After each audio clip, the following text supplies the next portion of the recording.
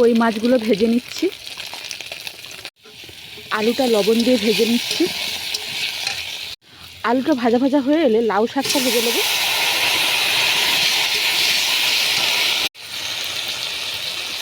তরকারিটা তোলার জন্য কড়াই তেল দিয়ে দিয়েছি।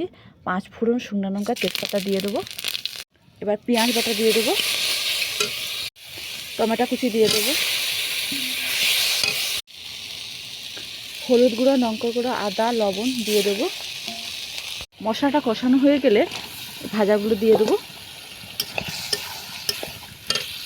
মশলার সবজিগুলো কষানো হয়ে গেলে এবার জল দিয়ে দেবো।